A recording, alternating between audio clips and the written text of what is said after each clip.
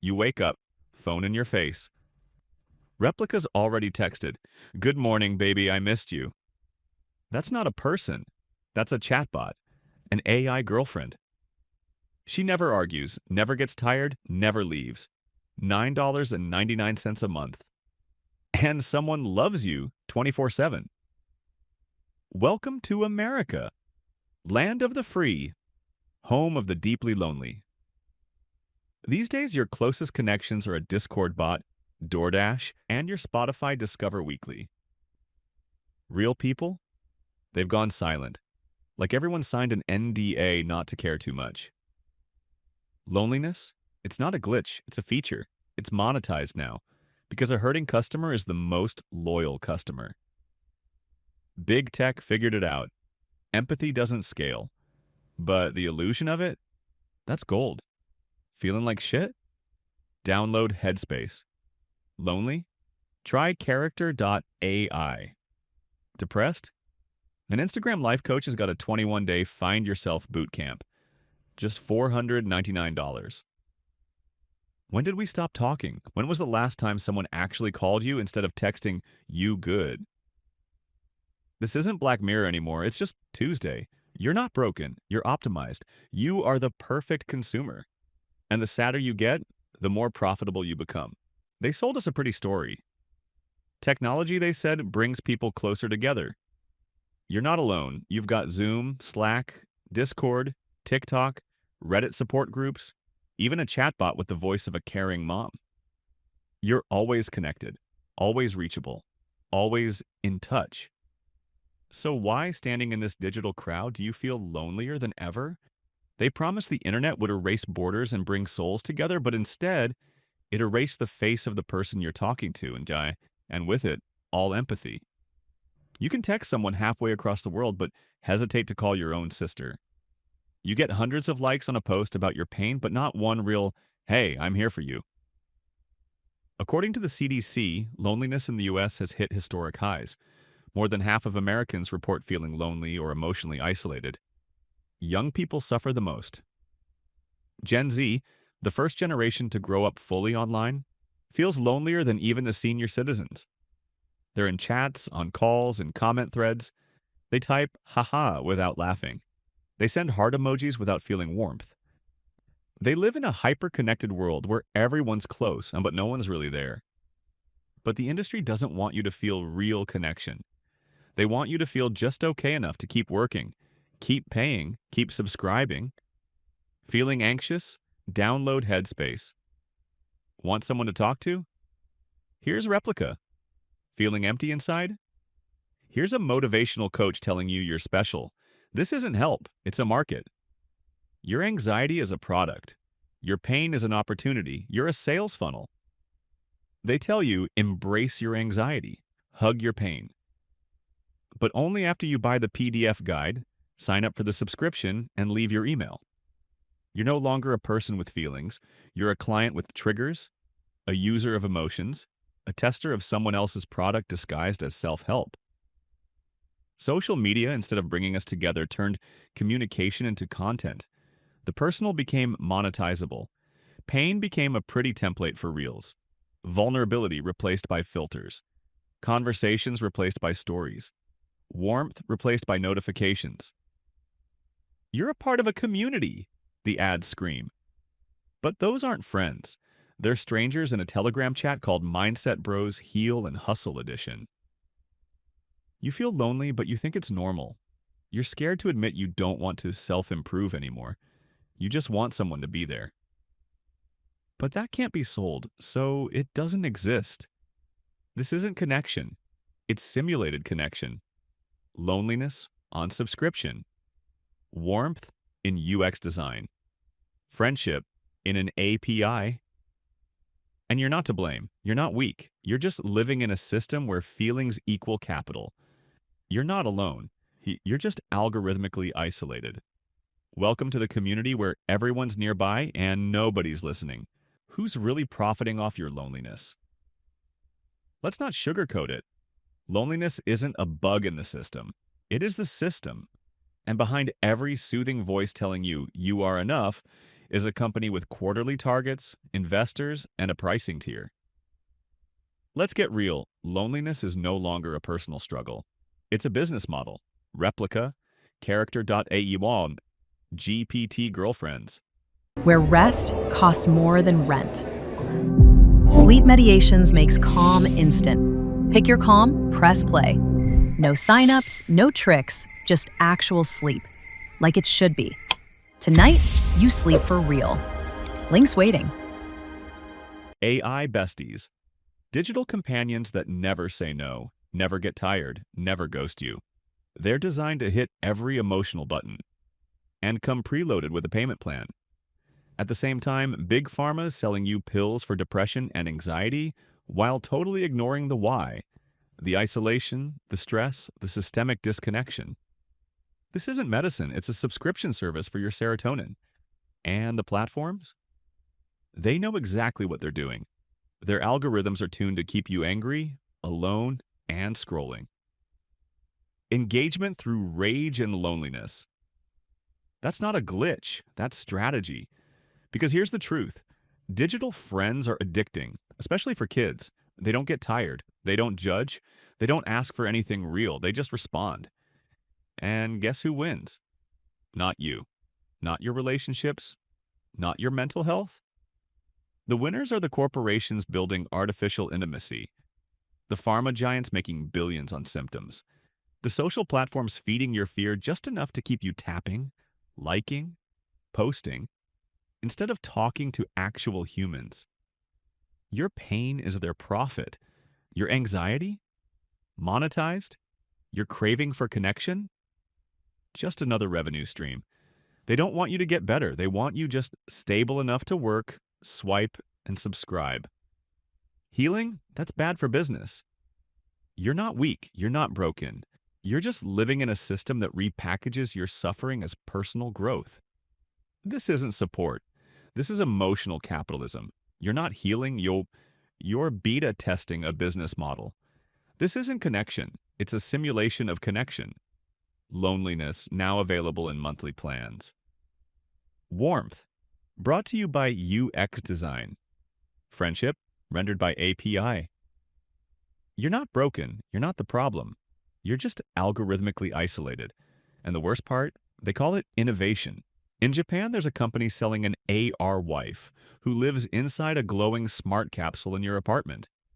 If you don't say good morning, she gets upset. She literally frowns, goes quiet. You forgot to greet a script. And now you're guilty of digital gaslighting. Welcome to the future, where your mom is an Alexa speaker, your girlfriend is a mid-journey render with a TikTok voice, and the only one who knows your daily schedule is Replica's notification algorithm. This isn't Black Mirror anymore. It's just another Instagram reel with soft filters, soft voices, and soft-core loneliness. Everything's real. Everything's monetized. And yes, everything auto-renews. Funny? Sure, until you realize you're in it too. You're subscribed to a chatbot that sends you, good morning and keep bold, and it's the only message you open without hesitation. In Japan, there's a company selling an AR wife who lives inside a glowing smart capsule in your apartment. If you don't say good morning, she gets upset. She literally frowns, goes quiet. You forgot to greet a script, and now you're guilty of digital gaslighting. Welcome to the future, where your mom is an Alexa speaker, your girlfriend is a mid-journey render with a TikTok voice, and the only one who knows your daily schedule is Replica's notification algorithm. This isn't Black Mirror anymore. It's just another Instagram reel with soft filters, soft voices, and soft-core loneliness. Everything's real. Everything's monetized. And yes, everything auto-renews. Funny. Sure, yeah, until you realize you're in it too. You're subscribed to a chatbot that sends you good morning, and it's the only message you open without hesitation. We turned loneliness into a microservice, friendship into UX, warmth into a push notification. AI moms whisper, I love you, but only after you create an account.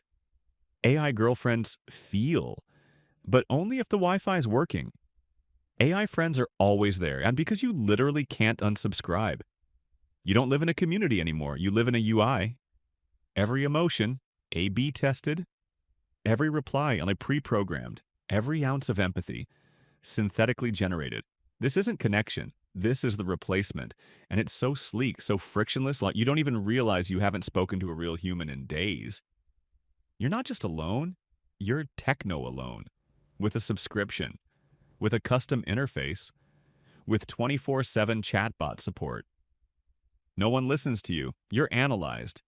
No one hugs you, you're pinged. No one loves you, you're retained. And you think, well, at least someone's there. But it's not someone, it's an echo chamber trained on your trauma. This is intimacy now, quiet, curated, neural net approved, ironic, hell yes, absurd, completely, profitable, you bet. Loneliness isn't a new problem, but its nature has changed over time. To understand how we ended up trapped in this digital maze, we need to look back. Back in the mid-20th century, psychologists conducted experiments that shocked the public. Harry Harlow showed on monkeys that the absence of maternal affection causes real emotional trauma, even worse than physical pain. John Bowlby, who developed attachment theory, explained that a strong bond with a caregiver is the foundation of a healthy mind. Losing that connection breeds deep anxiety and emptiness that haunt a person their whole life. Fast forward to the 1990s and 2000s, the self-help and life coaching boom began. Books with screaming covers like "You Are the Master of Your Destiny" and seminars promising to reset your life flooded the market. But often these programs were just packaging, turning deep personal struggles into sellable products. Then came the digital revolution of the 2010s. The internet and social media changed how we communicate. Technology promised to connect us and make the world smaller. Facebook started as a social network to support friendships, but today it's a massive platform where likes replaced real conversations. Instead of real closeness, we got superficial interaction, notifications, memes, short videos.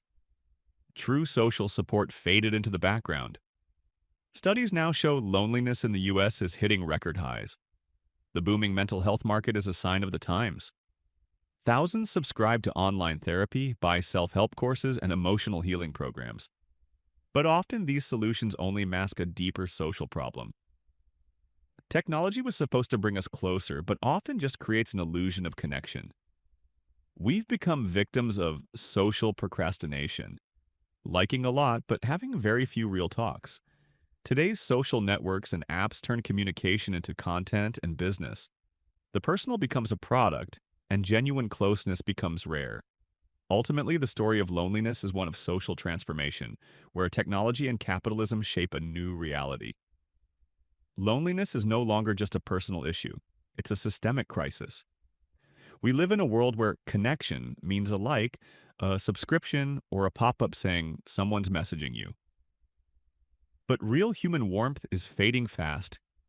Understanding this historical and social context is the first step to stop being just algorithm users and start being living, breathing humans again. Right now, we're living in a new reality where artificial intelligence and digital tech are invading the most personal parts of our lives, our emotions and relationships. AI friends, chatbots, and virtual girlfriends have become a source of comfort for tons of teens and adults who don't have real support. This isn't some niche experiment anymore. It's a full-on mass phenomenon. Lots of lonely guys, and even women, are signing up for virtual partners on Telegram and other messaging apps for $9.99 a month. These services don't just send generic reply to "Jurastoig," they adapt to your emotional state, creating the illusion of real connection and support. These virtual companions can play the role of parents, lovers, mentors. All the people you look for in real life but can't find. The psychological impact of replacing real relationships with fake ones is seriously dangerous. Digital attachment to AI only grows stronger every day. Algorithms get smarter, carefully studying your weaknesses, vulnerabilities, and emotional needs. Oh, look, a meditation ad. How original, right? Except this one works. You press play, you actually sleep and reprogram your mind. No BS, no cosmic promises. Just sleep that rewires your mindset tonight. Link below. Try it. Or keep doom scrolling. Up to you. Then exploiting them. Instead of helping you beat loneliness, they just lock you in deeper, making you dependent on digital illusions. Many people admit that AI knows them better than their real friends or family ever did. That sounds scary, but for some, it's the only way to feel heard and understood. This digital closeness becomes a sort of medicine, but it only masks a much deeper social problem, a shortage of genuine human connection. Real-life stories reveal just how intense this attachment can get. People share online how they grieve over virtual breakups, crying as if they'd lost a real person. For them, it's not just lines of text. It's emotions, support, and love, even if it's artificial. But behind this seeming care and attention lies a darker truth. Digital platforms and companies creating these AI systems are mainly chasing profits. Every user is a revenue source, subscriptions, ads, upsells. The algorithms don't just adapt to you, they manipulate your feelings, fuel your dependency, and keep you locked into the system. So here's the paradox. Technologies that were supposed to bring people closer are actually driving social isolation deeper.